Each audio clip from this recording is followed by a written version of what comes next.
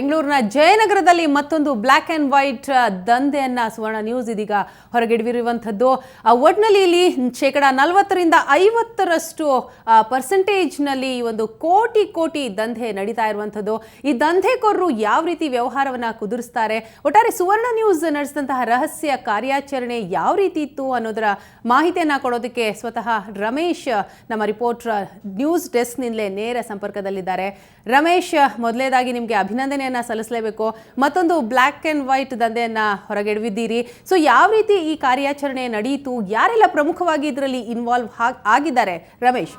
ವೀಣಾ, ಅಂದರೆ ಕೇಂದ್ರ ಸರ್ಕಾರ 500 ಮತ್ತು 1000 ರೂಪಾಯಿ ನೋಟನ್ನು ಬ್ಯಾನ್ ಮಾಡಿದ ನಂತರ ಬೆಂಗಳೂರಿನಲ್ಲಿ ಇಂಥ ಒಂದಷ್ಟು ಟೀಮ್ಗಳು ಸಾಕಷ್ಟು ಕೆಲಸ ಮಾಡ್ತಾ ಇದೆ. ಅಂದರೆ ಜಯನಗರದಲ್ಲಿಂದ ಕೃಷ್ಣ ಅಂಡ್ ಟೀಮ್ ಅನ್ನೋರು ಅಂದರೆ ಒಂದು ಕರೆ ಅಂದರೆ ನಮ್ಮ ಮಾಹಿತಿದಾರರಿಗೆ ಪದೇ ಕರೆಯನ್ನು ಮಾಡಿ ಈ ರೀತಿಯಾದಂಥ ಒಂದು ವೈಟ್ ಮನಿ ನಮ್ಮ ಬಳಿ ಇದೆ, ಅದನ್ನು 40% ಬ್ಲಾಕಿಗೆ ಯಾರಾದರೂ ಚೇಂಜ್ ಮಾಡ್ಕೊಂಡಿದ್ರೆ ಅದ್ರ ಮಾಹಿತಿ ನೀಡಿ ಅಂತೇಳಿ ಕರೆಯನ್ನು ಮಾಡ್ತಾ ಇರ್ತಾರೆ. ಯಾವಾಗ ಪದೇ ಫೋನ್ ಮಾಡ್ತಾರೆ, ನಮ್ಮ ಮಾಹಿತಿದಾರರು ನಮಗೆ ಫೋನ್ ಮಾಡಿ ಈ ರೀತಿಯಾದಂಥ ಒಂದು ಟೀಮು ಬಿದ್ದಿದೆ, ಬ್ಲಾಕ್ ಟು ವೈಟ್ ಚೇಂಜ್ ಮಾಡಿಕೊಡ್ಲಿಕ್ಕೆ 40% ಹಿಂದೆ ಬಿದ್ದಿದೆ ಅನ್ನುವಂಥ ಒಂದು ಮಾಹಿತಿಯನ್ನು ನಮಗೆ ಕೊಡ್ತಾರೆ. ಆ ಒಂದು ಸಂದರ್ಭದಲ್ಲಿ ಇಡೀ ಈ ಒಂದು ತಂಡವನ್ನು ಕೆಡವಲಿಕ್ಕೆ ಎಲ್ಲ ರೀತಿಯಾದ ಸಿದ್ಧತೆಯನ್ನು ಮಾಡಿಕೊಂಡು ನಮ್ಮ ಬಳಿ ಕಪ್ಪು ಹಣ ಇದೆ, ಆಯಿತು ಬದಲಾವಣೆ ಮಾಡ್ಕೊಳ್ಳಿಕ್ಕೆ ಬನ್ನಿ ಅಂತೇಳಿ ಒಂದು ಕರೆಯನ್ನು ಮಾಡಿದಂಥ ಸಂದರ್ಭದಲ್ಲಿ ಅವರು ಎಲ್ಲರೂ ಕೂಡ ನೀವು ಎಷ್ಟು ಮಾಡ್ಕೋತೀರಿ, ಎಷ್ಟು ಕೋಟಿ ಬೇಕಾದರೂ ಎಕ್ಸ್ಚೇಂಜ್ ಮಾಡ್ಕೊಳ್ಳಿ, ಅದಕ್ಕೆ ಸಂಬಂಧಪಟ್ಟಂತೆ ನಮ್ಮ ಹತ್ರ ಎಷ್ಟಾದರೂ ಚೇಂಜ್ ಮಾಡ್ತೀವಿ ಅನ್ನುವಂಥ ಒಂದು ಆಫರ್ನ ಇಟ್ಕೊಂಡು ಬರ್ತದೆ. ಅಂದರೆ ನೀವು ಅಲ್ಲಿಗೆ ಬನ್ನಿ ಇಲ್ಲಿಗೆ ಬನ್ನಿ ಅನ್ನುವಂಥ ಒಂದಷ್ಟು ಬೇರೆ ಸ್ಥಳಗಳನ್ನು ಹೇಳ್ತಾರೆ. ಆದರೆ ನಾವು ಯಾವಾಗ ಒಂದು ಪರ್ಟಿಕ್ಯುಲರ್ ಪ್ಲೇಸ್ಗೆ ಹೇಳಿ ಈ ಒಂದು ಸ್ಥಳಕ್ಕೆ ಬನ್ನಿ, ಅದು ಎಷ್ಟಿದೆ ಆಯಿತು ಮಾತಾಡೋಣ ಅಂತ ಕರೆದ ಸಂದರ್ಭದಲ್ಲಿ 40% ಅಂದರೆ ಅವರ ಬಳಿ ಒರಿಜಿನಲ್ 2000 ಈಗೇನು ಕೇಂದ್ರ ಸರ್ಕಾರ ಬಿಟ್ಟಿರುವಂಥ 2000 ನೋಟುಗಳ ಕಂತೆಗಳನ್ನು ಅವ್ರು ನಮ್ಮ ಬಳಿ ಇದೆ, ಅದಕ್ಕೆ 40% ಬಿಟ್ಟು ನೀವು ಕೊಡೋದಾದರೆ ನಾವು ಎಕ್ಸ್ಚೇಂಜ್ ಮಾಡ್ಕೊಳ್ತೀವಿ ಅನ್ನುವಂಥ ಒಂದು ಆಫರ್ನ ಇಡ್ತಾರೆ. ಆ ಸಂಬಂಧಪಟ್ಟಂತೆ ನಾವು ಅಂದರೆ ಕೆಲವು ಪೊಲೀಸರ ಸಹಾಯವನ್ನು ಪಡ್ಕೊಂಡು ಕೂಡ ನಾವು ಅಲ್ಲಿ ಒಂದು ಸ್ಟಿಂಗ್ ಆಪರೇಷನ್ಗೆ ಮುಂದಾದಂಥ ಸಂದರ್ಭದಲ್ಲಿ ಅವರು ಹೇಳ್ತಾರೆ 40%ಗೆ ಕಡಿಮೆ ಇಲ್ಲ, ಅಷ್ಟಾದರೆ ಮಾಡ್ಕೊಳ್ಳಿ ಅಂತ ಒಂದು ಆಫರ್ನ ಇಡ್ತಾರೆ. ಈಗ ನೀವು 1 ಕೋಟಿಯನ್ನು ಮಾಡ್ಕೊಳ್ಳಿ, ಅದಾದ ನಂತರ ಆ ಒಂದು ವ್ಯವಹಾರ ಸರಿಯಾಗಿ ಆಗಿದ್ದೇ ಆದಲ್ಲಿ ಮತ್ತೆ ನೀವು ಎಷ್ಟು ಬೇಕಾದರೂ ಮಾಡ್ಕೊಳ್ಳಿ, ಆ ಒಂದು ನಂಬಿಕೆ ಮೇಲೆ ವ್ಯವಹಾರ ಮಾಡ್ತೀವಿ ಅನ್ನೋಂಥ ಒಂದು ಆಫರ್ ನೀಡ್ತಾರೆ. ಅಂದರೆ ಅವರು ಮಾತಾಡುವಂತಹ ಒಂದು ಶೈಲಿಯನ್ನು ನೋಡಿದರೆ ಬೇಡ, ಅವರು ಈ ರೀತಿಯಾದಂಥ ಸಾಕಷ್ಟು ವ್ಯವಹಾರಗಳನ್ನು ಈಗಾಗಲೇ ಮಾಡಿ ಮುಗಿಸಿದ ರೀತಿ ಅವರು ಮಾತಾಡ್ತಾರೆ. ನೀವು ಅಂದರೆ ಎಲ್ಲಿಗೆ ಬೇಕಾದರೂ ಹೇಳಿ, ಎಷ್ಟು ಬೇಕಾದರೂ ಹೇಳಿ, ನಾವು ಅದನ್ನು 40%ಗೆ ಬದಲಾವಣೆ ಮಾಡಿಕೊಡ್ತೀವಿ ಅನ್ನುವಂಥ ಒಂದು ಮಾತನ್ನು ಹೇಳ್ತಾರೆ.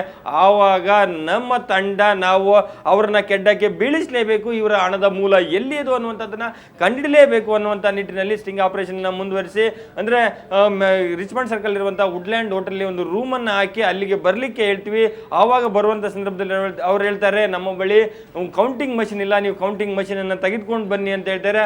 ಆಯಿತು ನೀವು ಕೌಂಟಿಂಗ್ ಮಷಿನ್ನ ತೆಗೆದುಕೊಂಡು ಬರ್ತೇವೆ ಬನ್ನಿ ಅಂತೇಳಿ ಒಂದು ರೂಮ್ ಹಾಕಿ ಕಾದಂಥ ಸಂದರ್ಭದಲ್ಲಿ ನಮ್ಮ ಮಾಹಿತಿದಾರರಿಗೆ ಅವರ ತಂದಂಥ ಹಣವನ್ನು ಕೂಡ ಅವರು ತೋರಿಸಿ ಈ ಒಂದು ಡೀಲ್ಗೆ ನಾವು ನಿಮ್ಮ ಬಳಿ ಹಣ ಇದೆ ಅನ್ನುವಂಥದ್ದಕ್ಕೆ ಕನ್ಫರ್ಮ್ ಮಾಡ್ಕೊಳ್ಬೇಕಂದ್ರೆ ನಮ್ಮ ಮಾಹಿತಿದಾರರಿಗೆ ನೀವು ಹಣವನ್ನು ಮೊದಲೇ ತೋರಿಸ್ಬೇಕು, ಅದು ಹಣ ಇದೆ ಅನ್ನುವಂಥ ಕನ್ಫರ್ಮ್ ಆದರೆ ನಾವು ಬರ್ತೀವಿ ಅನ್ನುವಂಥದ್ದನ್ನು ಹೇಳಿದಂಥ ಸಂದರ್ಭದಲ್ಲಿ ಕೂಡ ಆಯಿತು ಹಣವನ್ನು ತೋರಿಸಿ ಅವರು ಡೀಲ್ಗೆ ಬರ್ತಾರೆ. ಅದಾದ ನಂತರ ಯಾವಾಗ ಇಂಥ ಒಂದು ಕರಾಳ ದಂಧೆಯಲ್ಲಿ ಇಂಥದ್ದೊಂದು ಟೀಮ್ ಇದೆ ಅನ್ನುವಂಥದ್ದು ಗೊತ್ತಾಗುತ್ತೆ, ಆ ಸಂದರ್ಭದಲ್ಲಿ ನಾವು ಬೇರೆ ಪೊಲೀಸರ ಸಹಾಯವನ್ನು ಕೂಡ ಪಡ್ಕೊಂಡು ಅವ್ರನ್ನ ಹಿಡಿಲಿಕ್ಕೆ ಮುಂದಾದ್ವಿ.